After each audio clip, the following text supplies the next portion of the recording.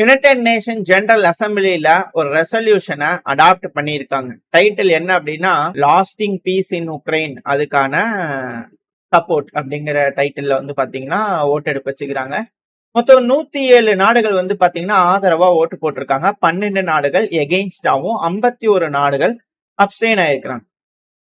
எகெயின்ஸ்டா ஓட்டு போடக்கூடிய நாடுகள் Russia, Belarus, Iran, North Korea, Cuba, Nicaragua, Mali, Burkina Faso, Niger, so இந்த எரித்ரியா, புருண்டே, சூடான் இவங்கெல்லாம் வந்து பார்த்தீங்கன்னா ஓட்டுகள் போட்டிருக்காங்க.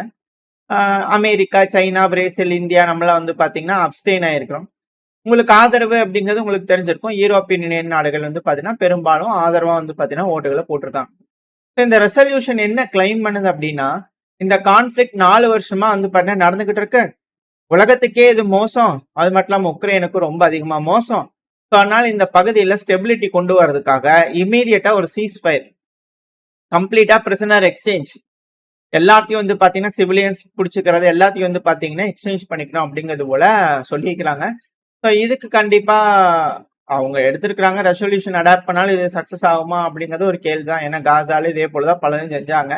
ஏதாவது நடக்குதா அப்படிங்கிறது கேள்விதான். இதுல என்ன ஒரு விஷயம்னா அமெரிக்காவே அப்ஸ்டெயின் ஆகிக்கிறாங்கன்னா பாத்துக்கோங்களேன். அப்ப அப்படி இது வந்து சாத்தியமாகும் அப்படிங்கிறது தெரியல. பட் இருந்தாலும் பரவாயில்ல. உலக மேடையில வந்து பாத்தீங்கன்னா நாடகங்கள் அரங்கேறுது அப்படிங்கிறத சொன்னோம். ஸோ அமெரிக்கா விலகி நிக்க யூரோப்பியன் யூனியன் டைரக்டா உக்ரைனுக்கு என்கேஜ் பண்றாங்க அப்படிங்கிறது போல புரிஞ்சுக்கலாம்.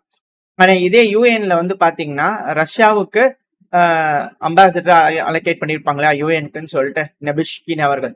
ஸோ அவர் வந்து பாத்தீங்கன்னா வேகத்துல இருந்து பேசிக்கிறார். அதாவது லண்டனா இருக்கட்டும், அதாவது யூகே, ஸோ லண்டனா இருக்கட்டும், பாரிஸா இருக்கட்டும், பாரிஸ் பிரான்ஸ், ஸோ இவங்கெல்லாம் வந்து பாத்தீங்கன்னா நியூக்ளியர் வெப்பனை வந்து பாத்தீங்கன்னா உக்ரைனுக்கு டிரான்ஸ்ஃபர் பண்ணலான்னு ஏதாவது ஒரு ஐடியா இருக்குதா? அது போல விஷயங்கள்லாம் அடிபட்டுக்கிட்டு இருக்கு. ஸோ யூரோப் அது எல்லாத்தையும் திரும்பவும் யோசிங்க. இது எஸ்கலேஷனோட உச்சக்கட்டத்துக்கு கொண்டு போய் விடுது. அது போல ஏதோ ஒரு லாஜிக் இருக்கு அப்படின்னா அபேண்டன் பண்ணிருங்க. அது மட்டும் இல்லாம கடைசி உக்ரைனியன் வரைக்கும் சண்டை பிடிக்கணும் அப்படிங்கிற போல உங்களுக்கு ஏதாவது ஒரு எண்ணம் இருந்தா அது இப்பவே கை விட்டுருங்க அப்படிங்கிறது போல யூஎன்ல வந்து பாத்தீங்கன்னா அவங்க தரப்பு வந்து கண்டனங்களை தெரிவிச்சுக்கிறாங்க. இந்த அணு ஆயுதம் அப்படிங்கிறது வந்து பண்ணி இவங்க எல்லாம் அடுத்தது மரியா ஜரக்கோ அவர்கள் வந்து பாத்தீங்கன்னா சொல்லிக்கிறாங்க. ஏதோ ஒரு அட்டெம்ப்ட் உக்ரைனை நான் நியூக்ளியர் ஸ்டேட்டஸ் இருந்து அதை மாத்தலாம், கீவுக்கு திரும்ப அணு ஆயுதம் கொடுக்கலாம் அப்படிங்கறதெல்லாம் ஒத்துக்கவே முடியாது அப்படிங்கிற மரியா ஜரக்கோ அவர்கள் வந்து பண்ண திரும்ப சொல்லிக்கிறாங்க. புட்டின் அவர்கள் வந்து பாத்தீங்கன்னா மக்கள் முன்னாடி பேசும்போது ஃபாதர்லேண்ட் செலிப்ரேஷன் டிஃபெண்ட் பண்ணதுக்கானது வந்து பாத்தீங்கன்னா செலிப்ரேஷன் தான், நினைவு கூறக்கூடிய நாள். அதில் வீரர்களுக்கெல்லாம் மரியாதை செலுத்தக்கூடிய விஷயங்கள், வீரர்கள் முன்னாடி பேசக்கூடிய விஷயங்கள் இதெல்லாம் நடந்தது ரஷ்யால. ஸோ அதில் ரஷ்ய அதிபர் விளாடிமிர் புட்டின் அவர்கள் இதை திரும்ப ஹைலைட் பண்ணியிருந்தார். அணு ஆயுதத்தை ரஷ்யாக்கு எகெயின்ஸ்டா பயன்படுத்தலாம் அப்படிங்கிற யோசனை மேற்குக்கு இருக்கு.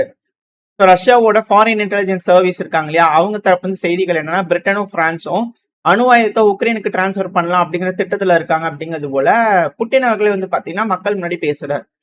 ராணுவத்து முன்னாடி அப்கோர்ஸ் அது மக்கள் முன்னாடி போகும் இல்லையா. ஸோ எந்த அளவுக்கான சூழ்நிலை இக்கட்டான சூழ்நிலை வந்து பண்ணி இந்த ரஷ்யா உக்ரைன் பிரச்சனையில இருக்கு. அதாவது ரஷ்யா வைக்கக்கூடிய டிமாண்ட்ஸுக்கு அமெரிக்கா ஒத்துக்கிறாங்க, ஏன்னா அது நியாயமா தெரியுது. ரெண்டாவது அதுக்கேற்ற மாதிரியான போர் சூழல் இருக்கு. இப்ப இருக்கக்கூடிய களமும் அதுக்கு தான் சப்போர்ட் பண்ணும். அந்த ஒரு காரணத்தினால உக்ரைனுக்கு அழுத்தங்கள் கொடுத்தா மேற்கு நாடுகள், அதுவும் குறிப்பா பிரான்ஸா இருக்கட்டும், யூகேவா இருக்கட்டும், அணு ஆயுதத்தை உக்ரைனுக்கு கொடுத்துடலாமா? ஏன்னா உக்ரைன்ல அணு ஆயுதம் இருந்துச்சு, செக்யூரிட்டி கேரண்டி கொடுக்குறேன்னு சொல்லிதான் நம்ம வாங்கணும். இப்ப நம்மளால கொடுக்க முடியல, அப்ப அவங்க கிட்ட இருந்து வாங்கின அணு ஆயுதத்தை கொடுத்துடலாம்ல அப்படிங்கிறதுல அவங்க தரப்பு இருந்து நியாயமா கேட்கறதா செய்திகள் வந்துகிட்டு இருக்கு. ஒருவேளை இது நடக்குது அப்படிங்கும்போது கண்டிப்பா இது மிக பெரும் அளவுல போரா வெடிக்கும் அப்படிங்கலாம் மாற்றுக்கட்டல. இப்படி இருக்கும் சமயத்துல தான் போர் பதட்டம் உச்சகட்டத்துல இருக்கக்கூடிய சமயத்துல தான் பட்டாளமே வந்து பாத்தீங்கன்னா யூரோப்பியன் யூனியனோட லீடர்ஸ் உக்ரைனுக்கு போயிருக்காங்க அப்படிங்கிறது பார்த்தோம். ஸோ உக்ரைனுக்கு போயிருந்தாங்க, டிவி முன்னாடி அப்படியே வருஷல்லா வண்டர்லா அவர்கள் அழுகையெல்லாம் வந்து பாத்தீங்கன்னா செஞ்சிருந்தாங்க. நமக்கே அழுகை வருது, ஏன்னா அந்த அளவுக்கான வீரர்களோட மரணம் உக்ரைன்ல நடந்திருக்கு இல்லையா. ஸோ வருஷல்லா அண்டர்லா அவர்கள் அங்க போயிட்டு வண்டர்ஃபுல்லா ஸ்பீச் கொடுப்பாங்க. அதே போல ஸ்பீச் கொடுத்து அங்க இருக்கக்கூடிய இறந்த வீரர்களுக்கு மரியாதை செலுத்தும் விதமா வந்து பாத்தீங்கன்னா வீடியோ பதிவுகள்லாம் வந்து பண்ண எடுத்துக்கிட்டு எல்லாம் செஞ்சுட்டு அதுக்கப்புறம் திரும்பி கொஞ்சம் அழுதவும் செஞ்சாங்க. கண்ணீர்லாம் தெரிஞ்சிச்சு. ஸோ அழுது இருக்காங்க. 4 வருஷத்தோட ஆனிவர்சரியா முடிச்சுட்டு பூஸ்ட் கொடுத்துட்டு வந்து பாத்தீங்கன்னா ஸ்பெஷல் மிலிட்டரி ஆபரேஷன்ல உக்ரைன் வென்றே தீரம் அப்படிங்கிறது போல பூஸ்ட் கொடுத்துட்டு கிளம்பி வந்துக்கிறாங்க. இது ரஷ்யா உக்ரைன் பிரச்சனையில் நடக்கக்கூடிய விஷயங்கள். Geopolitical wise European union இப்போ உக்ரைனுக்கு ஆதரவா மிக பெருமளவுல சப்போர்ட்டிவா இருக்காங்க அப்படிங்கிறத அவங்க காட்டுறாங்க. 4வது வருஷம் முடிஞ்சு 5வது வருஷத்தோட தொடக்கத்தில். ஸோ இப்படி இருக்கும் சமயத்துல ஐஎஸ்எஸ் இருக்காங்களே, ஐசிஸ் இல்ல ISS, international space station, So, அவங்க டிசம்பர் மாசம் ரஷ்யா உக்ரைனுக்குள்ள நடக்கக்கூடிய தாக்குதல், இந்த பெலிஸ்டிக் மிசைல் தாக்குதல் கீவ்ல, உக்ரைனோட கேபிட்டலான கீவ்ல நடக்கக்கூடிய இம்பாக்ட வந்து பாத்தீங்கன்னா போட்டிருக்காங்க. அதாவது யூஎன்ல மீட்டிங் நடக்குது, தலைவர்கள் வராங்க. இப்ப இது போல விஷயங்கள்லாம் வரும்போது பதட்டங்கள், உச்சக்கட்ட அழுத்தங்கள், இது போல விஷயங்கள்லாம் இருக்குல்ல, அப்படியே கோபங்கள், கொந்தளிக்கிறது, இது போல விஷயங்கள். அதுக்காக ஒரு ஆட் பண்றதுக்காக இது போல வேலைகள் செய்யறாங்களா அப்படிங்கிறது போல கேள்விகள். ஏன்னா இதெல்லாம் இதை விட அதிகமா அட்டாக்ஸ் நடந்திருக்கு. பட் இருந்தாலும் ஸ்பெசிஃபிக்கா இந்த டைம்ல இது போல விஷயங்கள் காட்டுறாங்கன்னா என்ன காரணம்? ஸ்பேஸ்ல இருந்து பார்க்கும்போதும் அதோட இம்பாக்ட் தெரியுது. மிக மோசமான அழிவுகள் ஏற்பட்டுக்கிட்டு இருக்கு. அதே போல ஒரிஸ்னிக் மிசைல் தாக்குதலும் காமிச்சாங்கன்னா என்ன ஏதுங்க தெரிஞ்சுக்கலாம். அதை மட்டும் காட்டல பாத்தீங்களா அப்படிங்கிற பல அனலிஸ்டோட கருத்துக்கள். எது எப்படியோ இது போல அதிகப்படியான தாக்குதல் ரஷ்யா உக்ரைனுக்குள்ள நடத்திக்கிட்டு இருக்கிறாங்க. இந்த டைம்ல ஈரோ உக்ரைன் கவுன்சிலோட பிரசிடென்ட் இருப்பார்ல, ஆந்தோ கொஸ்டா, யூரோப்பியன் யூனியனோட கவுன்சில் பிரசிடென்ட் ஆந்தோ கொஸ்டா தான் இந்த உக்ரைனுக்கும் ஈரோக்கும் கவுன்சில்ல இருக்காங்க இல்லையா, ஸோ அவங்க மீட்டிங்கை கூப்பிட்டுருக்காங்க. அந்த டைம்ல ஜெலன்ஸ்கி அவர்களுக்கு அரிச்சு பண்ணிக்கிறேன், ஏங்க நீங்க என்ன சொன்னீங்க, த்ரூஸ்பா பைப்லைனை ரெடி பண்ணி விடுறதா சொன்னீங்களா, ரிப்பேர் பண்ணி எத்தனை நாள் ஆகும், நீங்க எப்போ அதை பண்ணுவீங்க அப்படிங்கிறது போல அவங்க தரப்பு இந்த ஆண்டோ கோஸ்டா அவர்கள் வந்து பாத்தீங்கன்னா அழுத்தங்கள் கொடுத்துருக்கிறாரு ஜெலன்ஸ்கி அவர்களுக்கு. ஸோ இவங்க பேச போனவங்க சப்போர்ட் மட்டும் கொடுக்காம இவங்களுக்கு வேணுங்கிற சப்போர்ட்டையும் கேட்டு வாங்கிட்டு வந்துட்டாங்களா அப்படின்னு கேள்விகள் இருக்கு.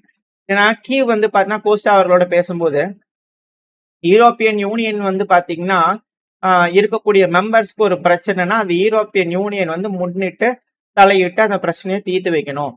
இப்போ ஸ்லோவாக்கியாக்கா ஹங்கேரிக்கு அது பிரச்சனையா இருக்குது, எங்க கிட்ட வந்து முறையிடுறாங்க. அப்ப ஈயோ நாங்க வந்து உங்ககிட்ட கேட்குறோம், அதை அட்ரஸ் பண்ணுமா இல்லையா? ஸோ அந்த சுச்சுவேஷனை ஆல்ரெடி ரெஸ்பாண்ட் பண்ணியாச்சு, கொஞ்சம் சீக்கிரமா பார்த்து பிளாக் பண்ணதெல்லாம் ரெடி பண்ணுங்க. அப்படி இல்லைன்னா நீங்க கேட்கறத நாங்க போய் எங்களோட மெம்பர்ஸ் கிட்ட கேட்க முடியாது. ஏன்னா அவங்க ஆல்ரெடி டீசல்லாம் பிளாக் பண்ணிட்டாங்க உக்ரைனுக்கு வரத. ஸ்லோவாக்கியா எலக்ட்ரிசிட்டி, எமர்ஜென்சி எலக்ட்ரிசிட்டியை ஹால்ட் பண்ணிட்டாங்க. அது மட்டும் இல்லாமல் ஆன்டி ரஷ்யா சாங்ஷன்லாம் போட விட மாட்டேறாங்க. உங்களுக்கு கொடுக்க வேண்டிய 90 பில்லியன் யூரோ கொடுக்க மாட்டேறாங்க. இது போல சிக்கல்கள்லாம் இருக்கிறதுனால கொஞ்சம் பார்த்து அந்த த்ரூஸ்பா பைப்லைன் ஓபன் பண்ணி விடுங்கப்பா அப்படிங்கிறதோட இது பண்ணா அவர் தரப்பு வந்து வேண்டுகோள் வச்சிருக்காங்க. ஸோ இப்போ உக்ரைன் நியாயமா இயு கிட்ட கேட்டா இயு நியாயமா உக்ரைன் கிட்ட கேட்கிறாங்க. இப்போ உக்ரைனுக்கு தான் மேலும் மேலும் அழுத்தங்கள். இப்படி இருக்க சமயத்துல தான் உக்ரைன்ல இருக்கக்கூடிய மீடியாக்கள், அதுவும் குறிப்பா வீரர்கள் கிட்ட வந்து பண்ண பேட்டி எடுக்கும் போது, அந்த மிக முக்கியமான நபர்களுக்கு பேட்டி எடுக்கும் போது ரஷ்யாவுக்கு வந்து டிபிஆர்கே, இந்த Donetsk people republic, Luhansk people republic, இந்த டான்பாஸ் அப்படின்னு சொல்லுவாங்க, எல்லாமே தான் லுஹான்ஸ்க் டொனஸ்க் பகுதி. லுஹான்ஸ்க் ஆல்ரெடி ரஷ்யாவோட கட்பாட்டில் வந்துச்சு. டொனஸ்க் பகுதியை முழுசும் அவங்க கட்பாட்டில் எடுக்கணும். மார்ச் மாசத்தோட இறுதிக்குள்ள இல்லைன்னா ஏப்ரல் மாசத்துக்குள்ள, இந்த மார்ச் மாசத்தோட இறுதிக்குள்ள அவங்க எடுத்துடணும்னு நினைக்கிறாங்க. அது கூடவே ஜாப்ரோசெசியா, கெர்சன், நிக்கலை, ஒடசா வரைக்கும் வந்து பார்த்தீங்கன்னா பிடிக்கலாம் அப்படிங்கிறது போல யோசிக்கிறாங்கன்னு சொல்லிட்டு பாவ்லோ பெசில்லா இந்த வீடியோல இருக்கிறார் இல்லையா, அவர் தான். இவர் யாருன்னா ஜெலன்ஸ்கி அவர்களோட ஆபீஸ் இருக்கும் இல்லையா, பிரசிடென்ட் ஆபீஸ், அதோட டெபுட்டி ஹெட். இவர் தரப்பு வந்து இது போல செய்திகள் வந்திருக்கு. 6 மாசம் டைமுக்கு ரஷ்யா கிட்ட அந்த மாதிரி கேப்பபிலிட்டிஸ் இல்ல, ஆனா ரஷ்யா இது போல நம்ம கிட்ட டிமாண்ட் பண்றாங்க அப்படிங்கிறது போல கேட்கும் போது ஒடசா வரைக்கும் வெளியே போப்பா நீ அப்படிங்கிறது போல கேட்கறாங்களா அப்படின்ற கேள்விகள் வருது.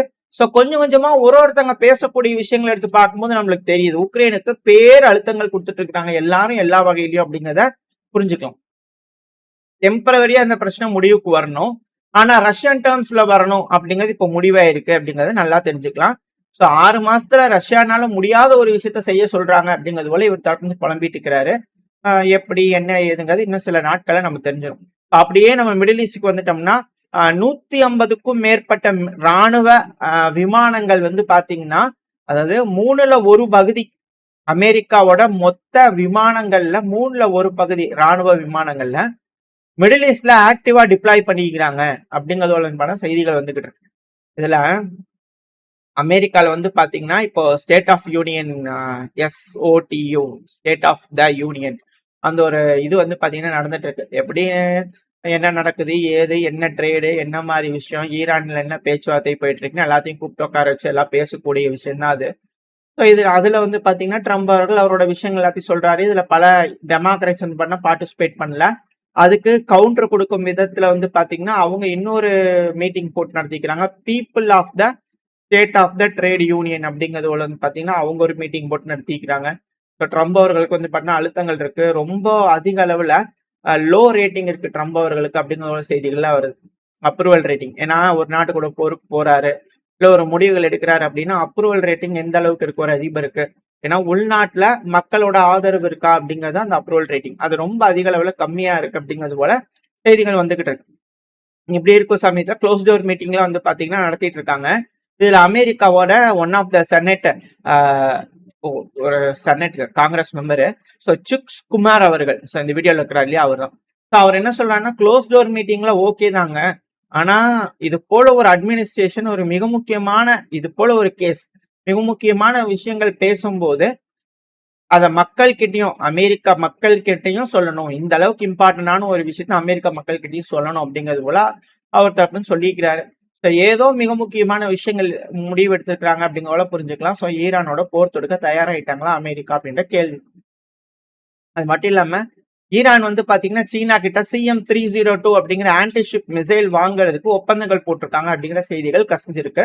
இந்த CM-302 அப்படிங்கிறது வந்து பாத்தீங்கன்னா 290 கிலோமீட்டர் டிஸ்டன்ஸ் இருக்கக்கூடிய ஒரு சர்ஃபேஸ் ஒரு ஆன்டிஷிப் மிசைல். கப்பல்கள் இருக்குன்னா அதை தாக்கி அளிக்கிறதுக்கான ஒரு மிசைல் இது. இத வேகமா போகும். ரெண்டாவது ரொம்ப தாழ்வா பறக்கிறதுனால இதை இன்டர்செப்ட் பண்றது கஷ்டம் அப்படிங்கிற போல. நார்மலாவே சீனாவோட ஆயுதம் அப்படி இப்படி அப்படிங்கிற சொல்லக்கூடிய விஷயங்கள் உண்டு. பல அனலிஸ்டோட கருத்துக்கள் அப்படி இருக்கு.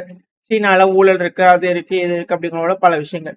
எது எப்படின்னாலும் சீனா இந்த போர்ல வந்து பாத்தீங்கன்னா நடக்க அவங்களோட ஆயுதங்களை கொடுக்க சோதனை பண்ண உதாரணத்துக்கு எப்படி விமானங்கள் வந்து பாத்தீங்கன்னா நம்மளுக்கு எகெயின்ஸ்டா செஞ்சாங்க இல்லையா இந்த ஆபரேஷன் சிந்தூர்ல. சோ அவங்களுக்கு ஐடியாலஜி என்ன நடக்குது, நம்ம ஆயுதம் எப்படி வேலை செய்யுது அப்படிங்கிற படிப்பினே அவங்களுக்கு கிடைக்கும்.